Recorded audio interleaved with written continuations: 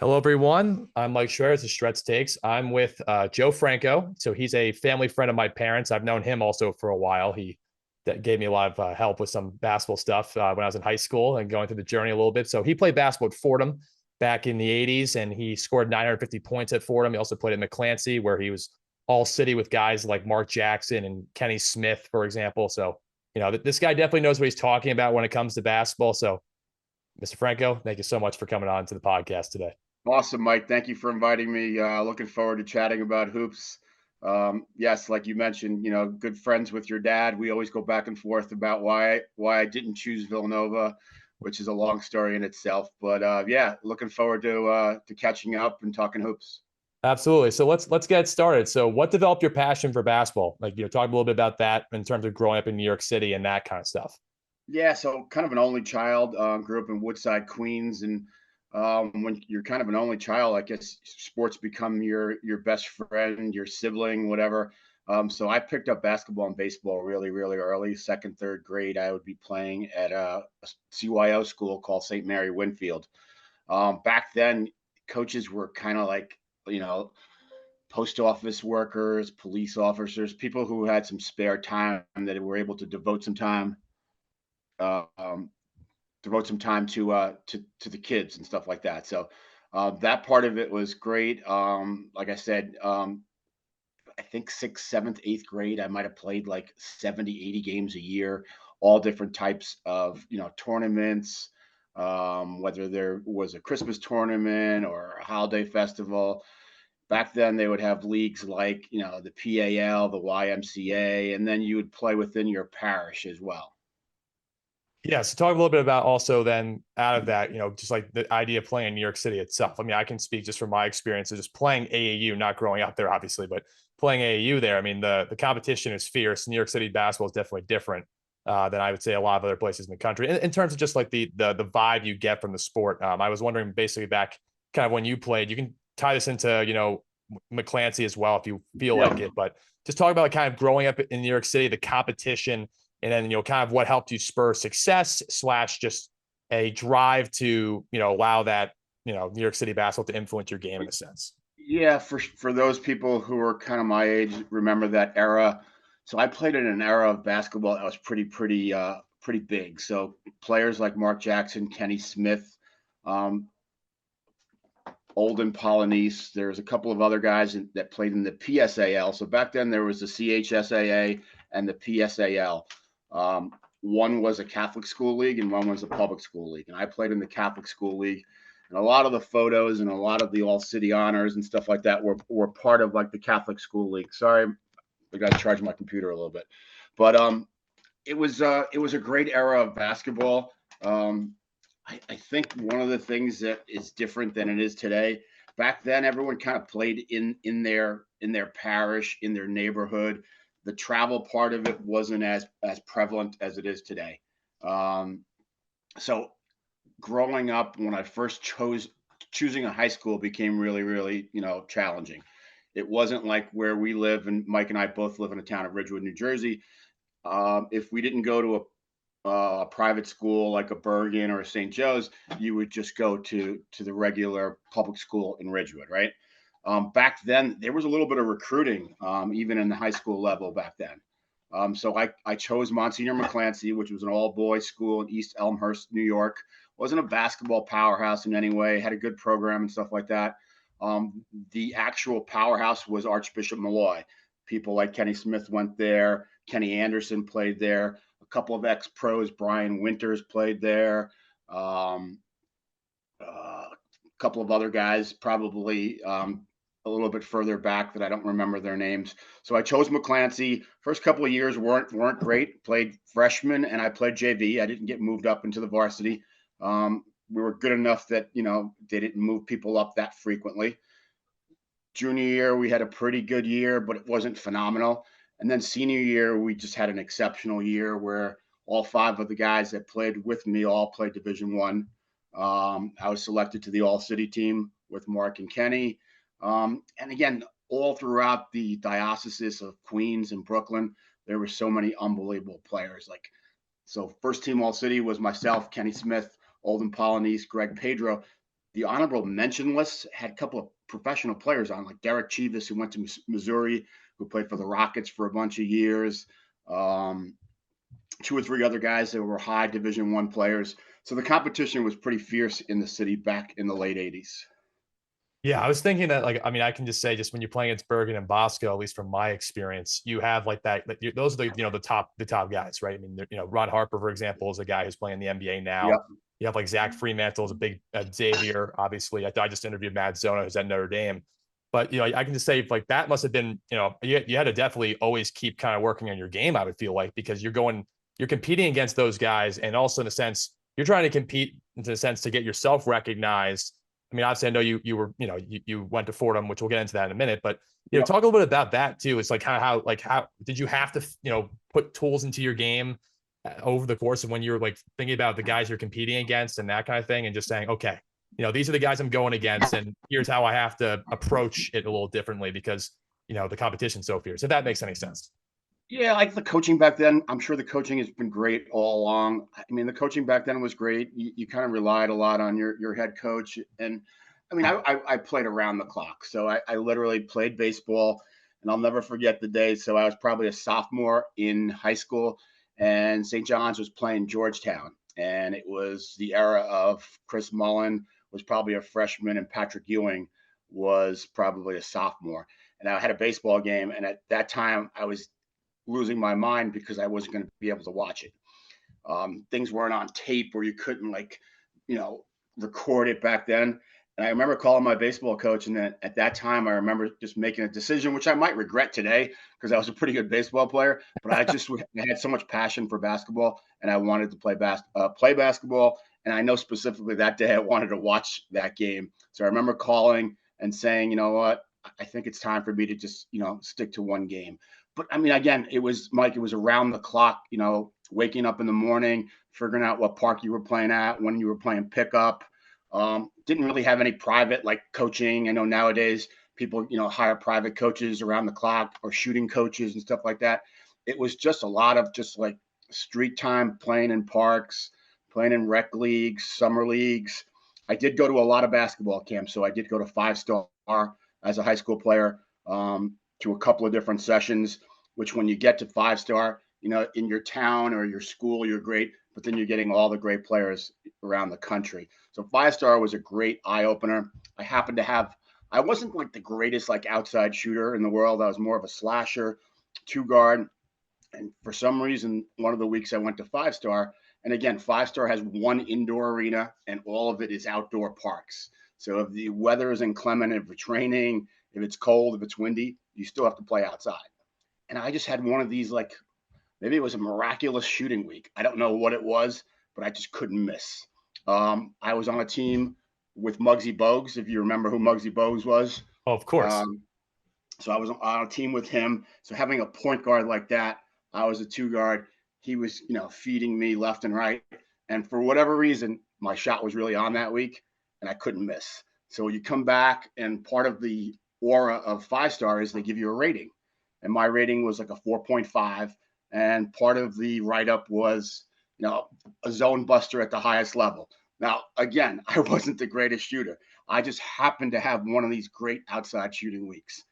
And after the exposure of 5 Star, little by little, more and more colleges started to call, and the recruiting process started to really, really elevate after that. But mostly, a lot of the development and how to get better was just playing. I mean, it was just night after night. I remember 8th grade, my mom would turn with me one night. He goes, "Are you ever home?" And it was just, I had a grandfather who would drive me to all the games and stuff like that. But it was a different league, a different game almost every night. Yeah, I mean, I think that's a good segue. So obviously, I mean, I know this, and people who look at your bio well. You chose to go to Fordham, right? And talk a little bit about just kind of that experience for you, and playing against guys like Chris Mullen. I mean, there's I went to your house, I remember one time, and we literally watched the tape of you versus Chris Mullen, and Yeah, so I got to play with Chris a little bit in high school, not a lot. And then I obviously Fordham and St. John's, we had an epic game the year that they went to the Final Four. We were up a couple of points again at St. John's at Alumni Hall. I was guarding Mullen. They called a foul on me away from the ball. again, that's a long story. We would have to have a couple of beers to discuss that one. But um, yeah, so Chris was awesome to play with. There was another player on St. John's named Walter Berry who was really, really first team All American. That was the year that the Final Four was comprised of all four Big East teams. So it was St. John's, Villanova, um, St. John's, Villanova, Georgetown, and I think Providence. All four of those teams went to the Final Four. So it's pretty unique. But playing against those guys, I mean, those are memories that I'll have forever. And it's hard to replicate. And you talk about it every time that we're out. I know with your dad, when we're out having a few beers and stuff like that, somehow it always comes up about, different eras and who did you guard. And I mean, again, back then I played against Michael Jordan 2 times, guarded him twice. Now he was at North Carolina, and you didn't know that Michael Jordan was going to be, the greatest player of all time. Right. He played for a guy named Dean Smith who kept him in check, but you knew he was a freak athlete. Lenny Bias, another person who passed away, got a chance to play with him in Maui. I've never seen anybody touch the top of not the top of the white box, the top of the backboard. Yeah. So those are the kind of athletes back then. And again, I'm sure, there's unbelievable athletes now, but those are the guys that I played with. And if you think about guys like Lenny Bias and guarding Michael Jordan and stuff like that, it's pretty cool stuff. No, yeah. I mean, it's interesting to kind of talk about that, because when I describe a lot of the AAU experiences, I played AAU. I mean, I didn't actually get in the game, but we played against RJ Barrett's team. And then I actually happened to play in a game where we played against Darius Baisley, who plays for the Thunder now. And it's just I mean, even guarding a guy like Kofi Coburn in practice, who's, Big Ten, all Big Ten first team, it's just the level of competition of some of these guys is just it's crazy when you see some of these freak athletes out there. I mean, but it must have been interesting, because I know, going back, it's like the style of play, obviously, of the 2 guard position back then was very different, in the sense that you see a lot of 2 guards today.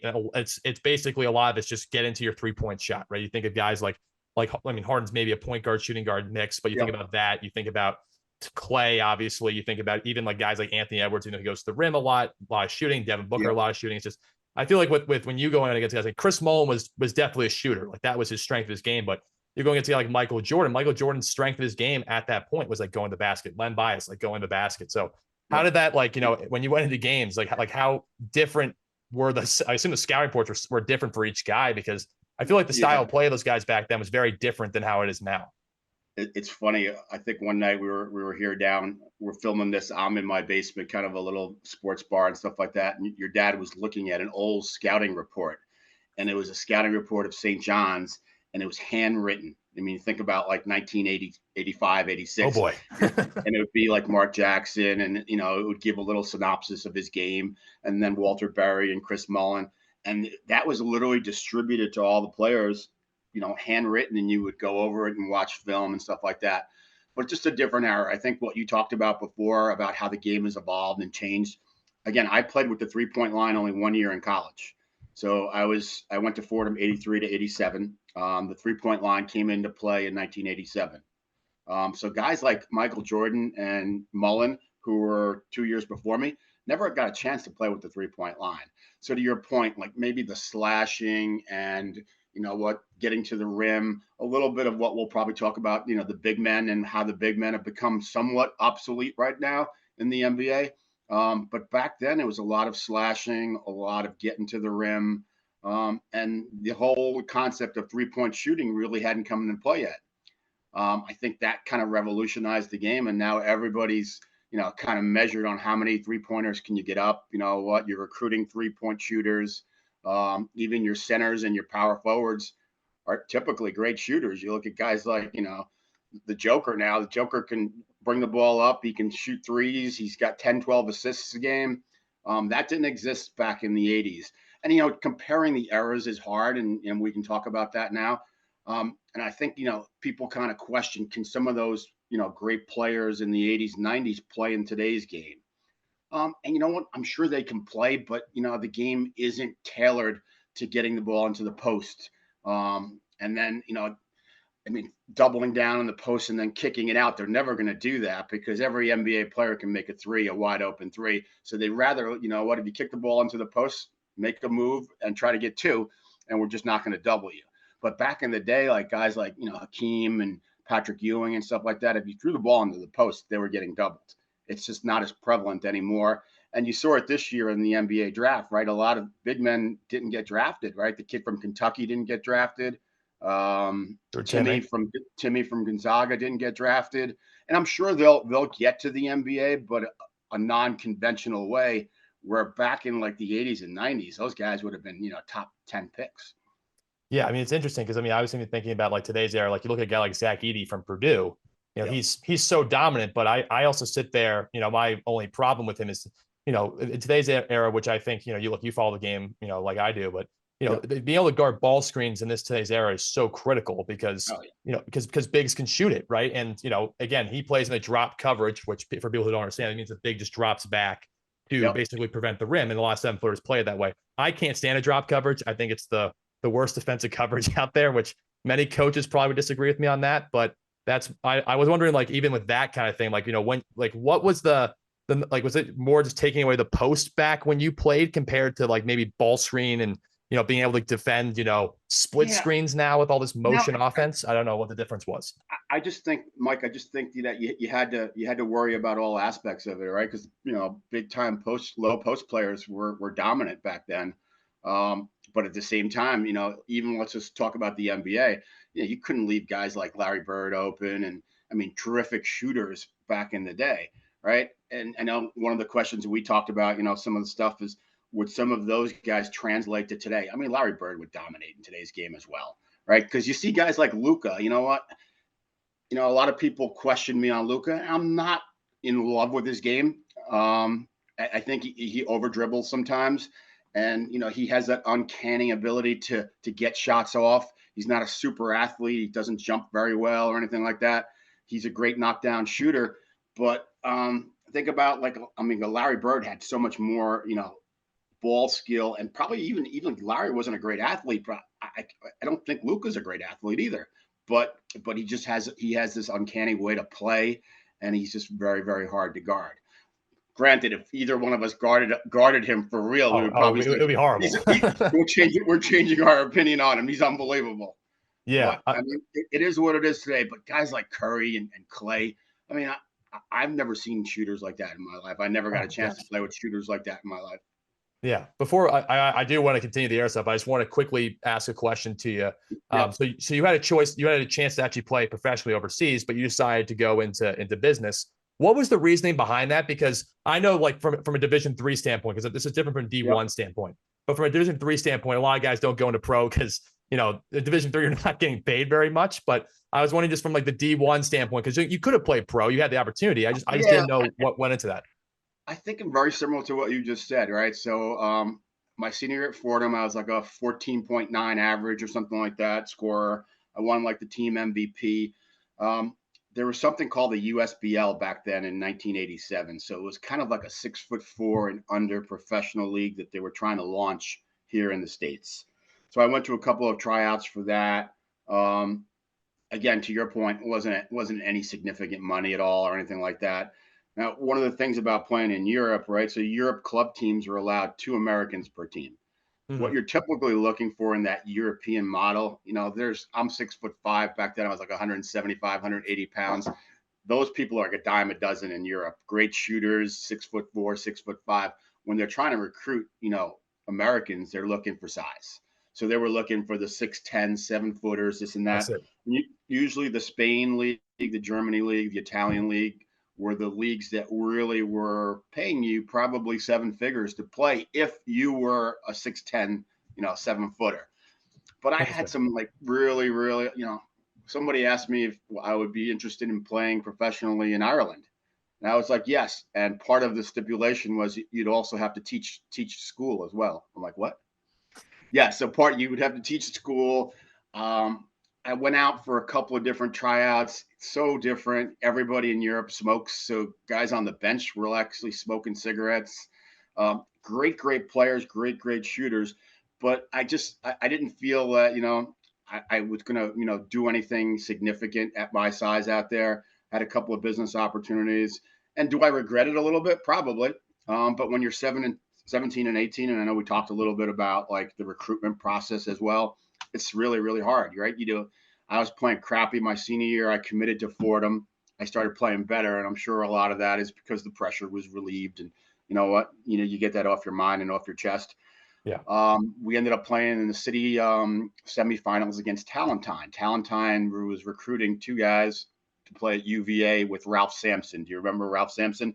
Oh yeah. 7'4". Yeah. So Ralph Sampson and Terry Holland, the head coach of Virginia, were there to watch the game and just to support their players who were committed to go to UVA.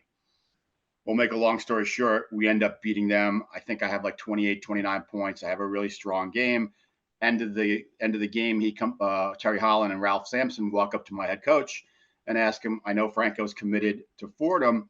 We've got 2 available scholarship. I know we're late to the game. Would he like to come out to take a visit?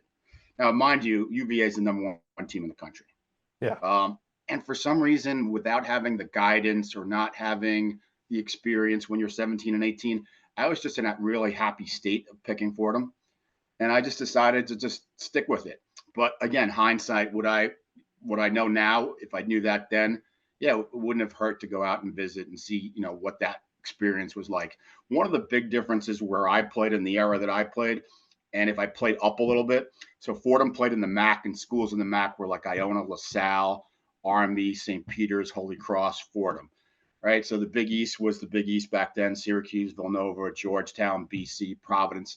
My last 4 were Providence, Boston College, St. John's, and Fordham. But one of the things you didn't realize when you play at that Fordham level, I played with bigs, and when we say bigs, power forwards or centers, who were 6'8", 6'9", maybe, Huh. right? And you know what? You see that in college now, in high school now. You're about 6'8", right, Mike? Yeah. Right. So yeah, so you see that, and I never got a chance to play with a 7'1" center or 6'10" power forward, 6'11" power forward. There's a big difference as a guard when you have those guys to kind of, be the main focus. You get doubled down, you get a lot more open shots and stuff like that. So that's one of the things that, I kind of, as you get older and you learn more about basketball, you realize that at the level that I played at, you know what, the size wasn't as big. Played some great basketball. Like I said, some of the teams that I played at Fordham, when I first got to Fordham, I'll never forget, like first day of practice, there were 2 guards there, Tony McIntosh and Jerry Hobby. And I came in as like Streakin Smith, honorable mention, first team All City. I thought I was going to kill these guys in practice. Well, I mean, I got my ass kicked. I mean, these guys were just stronger, unbelievable shooters, great dribblers, and their bodies were different. And to this day, I'll always say that some of the guards that I played with at Fordham were some of the best guards I ever saw or played with ever. Yeah. I mean, I can even say, I can attest to that when I walked in my first practice and at Amherst. I mean, guys, we had a shot blocker at Amherst who was 6'11". He was like that probably, I would say, maybe statistically wouldn't show, but he definitely was the reason. We had the number 1 defense my freshman year. We got to the Sweet 16, and we won the conference tournament. And I remember he came in, and it's the first practice. I go to my traditional right hand jump hook. I drive, get into like my little can I back down post game. I try to do a jump hook, and he stands there and he just swapped it, and he just he talks trash to me, and I sit there. I'm just like, okay, this is gonna be a little different for me, and.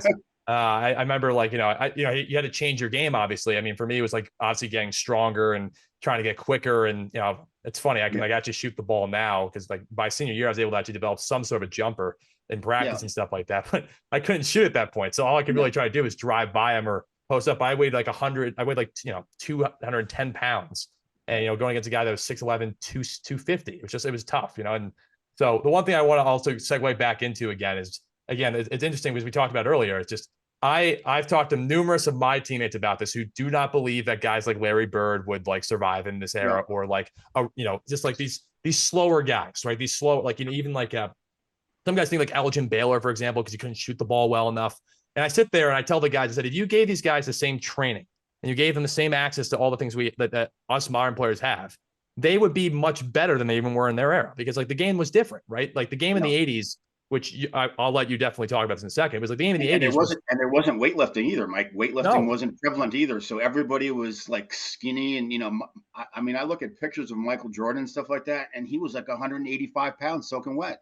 No, exactly. And the one thing I was saying is the one thing about the 80s is that you look at the fact that the game was like, the court was so strict because there wasn't really a whole lot of 3-point Yep. shooting out there. I know Larry Bird was a great shooter. I know guys like Mark Price could really shoot it, but Yep. even look at guys like Steve Kerr, for example, or even like, guys like, like a Ron Harper or Kenny Smith. They shot threes, but a lot of it was like they were shooting a lot of mid ranges too. Like when Jordan would drive and he would kick it to a shooter, like they weren't just sitting there shooting threes like they do today. It's just, I would love to get your take on that from like both the college perspective, because I think the college game is actually, it's interesting. I'm not sure how much the college game really translates all the time to the NBA game. I think the Big Ten, unfortunately, has a lot of struggle with that because I think they play too low post dominant in Yeah. today's era. But I would I love to mean, hear just like kind of your thoughts about that. These are just yeah, some general takes. like to your point on some of the slower guys, right? So, we talked a little bit about Bird. I mean, Bird is always going to be slow. If you took Bird's body and his skill level and you just put it in the game today, he'd still dominate. To your point, like an Elgin Baylor or somebody who was like clunkering up and down the court, who was a big body, you know what? They would have to adjust and adapt to today's game. And you would be able to speak to it a little bit more, right? So practices nowadays, I mean, I'm sure you guys are trying to get X amount of threes up. And back then, it wasn't like that, right? So it was all about breaking, point guards breaking down off the dribble, right? And then you're trying to hit wings or you're trying to, get people to converge on you and hit the open guys. I mean, team basketball might have been, you think about this, a lot of people don't think about this. I know that the scoring is up now because you can't touch anybody, right? No, you can't touch anybody. Rules that you can't hand check. Back then you could hand check. There are games back and even before I played in the 70s and 80s with no 3-pointers, same time, right? 12-minute quarters that were 114, 115, 118 every night. I think the Celtics back in the 80s when they had, Parrish, Bird, McHale, all those guys, they were averaging about 115 points a night. And that's a predominant just shooting 2-point shots.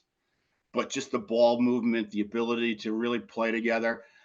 I don't want to say that that's missing because, I'll go to some games now and just the speed and the intensity of the athletes now are just so superior. And I think that part of it is just the strength, the ability to break people down. I know we talked a little bit about that documentary called Point Gods. And back in New York City was known as this like capital of point guards, right? Kenny Anderson, which was about 6 or 7 years old, younger than I was. But Kenny Smith, Mark Jackson, Pearl, Marbury, who played in I think Lincoln, right? Yeah. These were all great point guards and stuff like that. And that was kind of like the mantra back in the day of just beating people off the dribble and stuff like that. I think in today's world, I mean, if you were to ask me, what's if I'm a GM, what am I looking to draft and who am I looking for? And it seems it's like the Clay Thompsons, the Currys of the world. You need to be able to put the ball on the ground, but you got to be like a proficient shooter nowadays. And you just see it over and over again.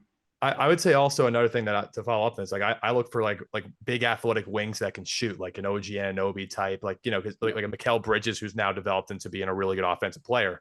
Because I think that like the thing I struggle with, at least what like I like the college game a lot. Like I've started to cover it a little bit more. It's just because I think it's a little bit less of, again, you're giving it to one guy and they have to go figure it out. I mean, I think in the NBA that's the again, that's why the Nuggets and the Heat were so good, I think, for the NBA this past year, is because it was such a team-based, way to win. I mean, I get Jimmy Butler and Jamal Murray and Jokic were all incredible players, but they had to win based on community. I mean, that Heat team had no business going to the finals, but 100%. But like that's the one thing I can appreciate about the college game in a sense is that that the teams that generally win, like UConn winning this year, it was all team. I mean, yes, they had incredible talent, but they beat you based on the fact that they knew what game plan they were going to go in with. They knew how to play off each other, and I think that's the one thing that if the NBA adopted that a little bit more, I think it would be better for everybody. I think from a defensive standpoint, it's really hard to guard guys in the NBA because guys are so talented individually. But 100%. I think that's the one thing. Like when I love to get a little take on that in the sense that like what you said, it was awesome what you just mentioned about the coaching, right? The system in Miami, right? The system at UConn, right? The pedigree of the Hurley family, right?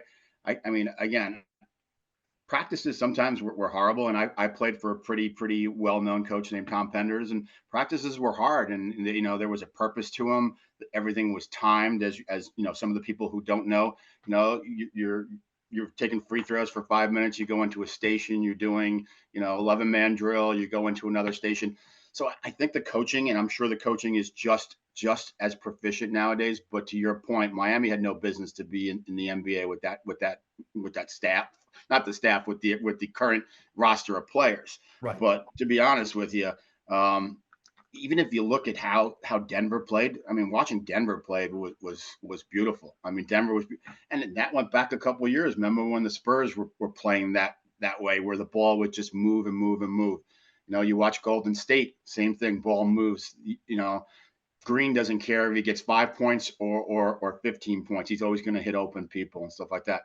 And I think that's the part of the game that sometimes gets lost. And I think when we talk about eras, if you play together and you share the ball, and I know there's so much money involved, and stat lines are so important and stuff like that. But I think the teams and the players that play together, you can just see the continuity and the ability to, just kind of make plays. And I sometimes when you watch teams that aren't as successful in the NBA or in college, you can see why. It's just, they don't play together. When no one beats anybody off the dribble. I mean, I watch some games probably very similar to how you watch games. Guys don't have their feet set when they get a ball. I'm like, if you don't have your feet set, how you can get a shot off and stuff like that. But again, what I think, the era that I played in, the coaching was great. Obviously the Boeheims of the world. Again, the coach that I played for, Carnesecca, all those guys were really great, motivators. They were part of and not that in today's game they're not, but I think if you think back at the Big East, everybody knew the coaches, right? You knew Thompson with the sweater, Carnesecca had the sweater. It was part of the entertainment. And when I alluded to, but before that, I couldn't wait to watch Villanova, St. John's. It was almost like watching a movie, right? And never mind the basketball game was going to be great, but Carnesecca and Thompson, they would have these little battles and stuff like that. Games weren't as, frequently on TV like they're on today. There was ESPN had just jumped onto the networks, but you didn't have all the other, auxiliary channels. So whenever you got like a major game like that on TV, the whole world was kind of glued to it. Yeah, no, it's so interesting to think about, just because, I mean, I can just say, look, Division III is obviously a little different. I mean, I'm happy about, playing and being Division III basketball player is awesome, but essentially, but like actually the success of a lot of guys in the league, actually, ironically enough, was low post guys, because those are the guys who were successful because, the systems were kind of built around that. But it's so interesting when I watch some of these college teams, like you look at like Alabama runs like a pro style offense with Nate Oates, and they just like, they just run up, and they had like the third most threes in the country last year with Brandon Miller. And it wasn't even like a high percentage. They weren't even shooting a great percentage, but they were just, but he, like, the coach Oates understands that. He sits there and he's like, okay, fine. But, it's so analytically driven today. And that was something I talked about with, a former coach of mine who's now a coach over in Manhattanville. He was saying it's just like, it's tough because you have the guys who you have to go with your eyes, but you also have to take the numbers into account. Like, I feel like, maybe I'm wrong here. Maybe I'm overstepping. I feel like in your era, there wasn't like as much of pay attention to the analytics as compared to that word didn't exist, right? Our video room was VHS films. I mean, I always say this, like, the greatest game that I ever played in was Fordham at Wichita State. And like I said, it was one of these like epic games. And I've been trying to get a film copy of this game. And like Tim Kaine, some of our friends who work in the NBA, some people that I know at ESPN, they've been trying to find a game copy of this tape for years, and you can't find it. So again, back then, like I said, it was different, but it was great. It really was great. I mean, again, you've seen like the ESPN classics and stuff like that. And we talked about Bird. I mean, every once in a while they'll play that Celtic Hawks game with Dominique and Bird, where literally in the fourth quarter, it was mano a mano. They literally went back and forth, and literally everybody else on the court said, nobody's shooting except Dominique and Bird. And it was just literally one-on-one against each other. Game 7? Oh my gosh. Yeah. It was my dad showed me those highlights. It was nuts. Yeah. Yeah. And again, some of the highlights back in the days of like the Knicks against the Bulls and the Knicks against the Heat, just that physicality and stuff like that. Mourning, guys like Oakley. I mean, you couldn't go into the paint because you got your head taken off. Yeah. That world doesn't exist as much anymore. No. And I mean, it's interesting because, as because you watched me play, like I played like the center spot, and it was just, it was a very different, because I was, a slasher low post player. And, I remember my wake up call in a sense was 15 and under. I played against a team from Minnesota who had this guy Race Thompson who just played at Indiana, and Yep. he's like the power forward, and he was getting the ball and shooting threes and attacking me off the bounce. And I'm sitting there because I remember you told me this after we lost our state championship game my junior year, was just like the ability to shoot and guard the perimeter now is just like you have to be able to do it. And I remember I went and played that summer of my junior year, and Yeah. Ryan Young was now the big guy at Duke, and I had to guard this kid Drew Freiberger, played at Princeton and played at Belmont, 6'7", my height, and all he could do was he was a lights out 40% 3-point shooter, and he could Yep. rip and go right. And I'm sitting there like they ISO'd me 7 straight possessions in a row, and I'm sitting there like I'm Yeah. sitting there like trying my best, and this guy's just drilling threes in my face, and I'm just like I don't know what to do, and But for could you but grow for a up and person like you or people that you alluded to, you were dominating and you didn't need to take, perimeter shots. You didn't need to like slash. You could, post, jump, baby hook, stuff like that. And I've seen you play. So in that era, if you can get your shot off all the time that way, you didn't probably feel the need to say, you know what, I don't need to no, develop. First of all, back then, if you took a 3-pointer, they'd probably yell at you. Back, yeah. Oh, I because got yelled at. in my era, like I said, I wasn't the greatest shooter. I happened to have that great shooting week at 5-star, and then I've developed my shot over the years and stuff like that. But I wasn't a great shooter in grammar school. I wasn't a great shooter in high school. And every once in a while, you kind of like have an open, look, and you take a shot that's probably not in the best interest of the team or your strengths either. But when, to your point, if you're getting, baby hooks on, offensive rebounds and stuff like that, why do I have to go out and work on your perimeter game? But you kind of found out, and I found out as well, when you get to that next level, you need more tools in your arsenal, right? Your tool belt needs to be full. That I can't get a baby hook shot off, at the college level, whether it's, and I'll say this until I'm blue in the face, the Division I level at like the Blue Breads of the world, the Dukes, the Kansas, and stuff like that. Yeah, that's a different level, but you're getting like massive big men. And I say that, and I continue saying that the guards are 6'7", 6'8", the forwards are 6'10", 6'11". As you step down a little bit, even where I played, you just take it down a little bit. I played with great athletes and great players, but they just didn't have like the size that next level. And I'm sure at the Division II and III level, you played against superstars as well. And for whatever reason, and probably at the Division II, III level, it was the same thing. It was, you know what, your big men were probably not 6'11", 7-footers, right? Because most Division I and II are gobbling those guys up. Right. No, the one thing that was interesting, I kind of want to end on this a little bit, is like I sent you I think you sent me a tweet or an article about Cooper Flag, and it's Yep. interesting because I mean this guy he speaks exactly to your point, like of like those blue bloods, like he's going to go to one of those schools, right? It's obvious, right? Yeah. But he's 6'9" and he plays like every position on the court. It's crazy to think about because a 6'9" guy, back in the 90s, even in the early 2000s, that guy would be a power forward or maybe a center at a low end school. Yeah. And this guy is playing. I know he's listed as a power forward. He's not. He plays the wing. He plays every position. And I'm sitting there, and I'm just sitting there. I'm just like, this is crazy because I say like when I first played AU, that's when like the Curry effect took place, was in 2015. And I just sit there. I'm like, the game just completely changed under me. It was like in a sense like low post guys were valuable, and then or like even 6'9" 4-man were valuable. Now, if you're 6'9", if you can shoot threes, handle the ball, guard out 5 positions, it's interesting. I mean, talk about how like crazy that is to seeing like a 6'10" guy like an Anthony Davis or a Cooper Flag, Right. for example, or even these other guys just go out and guard 5 positions, and they are able to do it like effectively. I think it's nuts.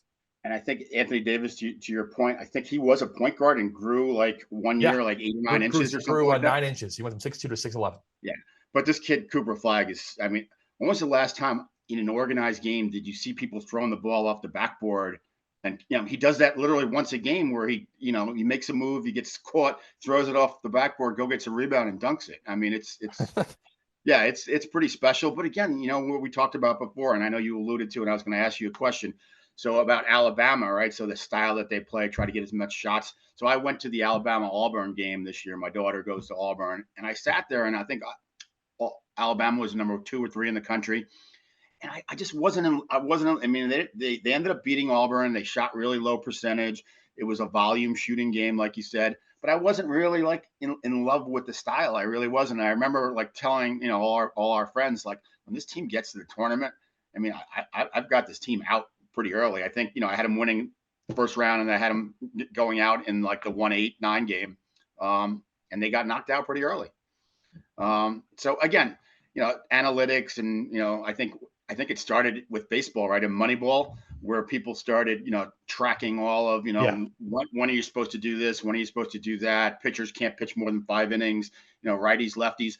And it's kind of evolved in our system with all the technology that we have, that we can, capture so much data. And I guess it makes sense. I guess if you make 3 out of 5 3-pointers, or you make 4 out of 6 twos, things, people measure that, and it makes sense. Yeah. You said you had a question for me. I'm on. Yeah. So did Alabama kind of reload? So I looked at the top 10 projections for next year, and I saw that Alabama was 1. And I know, the big kid went number 2 in the draft. Did they reload, or do they have a lot of, underclassmen that, or Yeah, they got that big guy from North Dakota State, Grant Nelson. I don't know if you saw him. He's like this like new hybrid. He's 6'11", can handle the ball from the perimeter. Like, he's not a great 3-point shooter, but they got some really good guards. Got a kid from Hofstra who averaged like 21 a game last year, could really shoot it. I saw him play. Yeah, but I mean, it's exactly. I mean, it's funny, but I've been like looking more at the Big East recently, and I mean, even the Big East this year. I mean, I have some buddies of mine who actually played with Tyler Kolek growing up, and it's just, and they even saying, they're like, we're not surprised he was as good as he was last year, just because like they're like, the kid has that mentality of just, I'm gonna find a way to win the game. And it's so interesting, because I mean, I don't know, I agree with you on the Alabama. For like, I was not a big fan of it, because I think if you're taking away the ease, if you're not just at least balancing out, 3s and 2s, if you're shooting like 32% from 3, and you're jacking up 30, 43s a game, you're going to hit some. But again, like, you're trading away an opportunity for like a back cut, an opportunity for like a transition dunk, an opportunity for a pick and roll bucket around the rim. Right. And I sit there and team fouls against the other team. Right. Exactly. And that's drawing no contact ever. That's what the Warriors lost. There's a lot of pros and cons. And again, I'm not one of those analytic guys, and I love watching people shoot, and great shooters out there.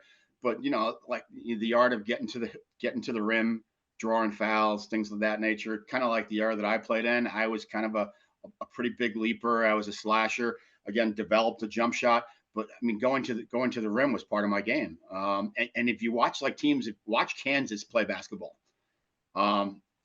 every single possession there's a shot fake, and there's an attempt to get to the rim.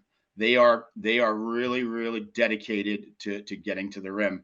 And the kid who got drafted this year, who played for Denver, I forgot his name. Brown. Yeah, Braun. If you watch him play, he's an example of that. He tries to slash and get to the rim on every possession.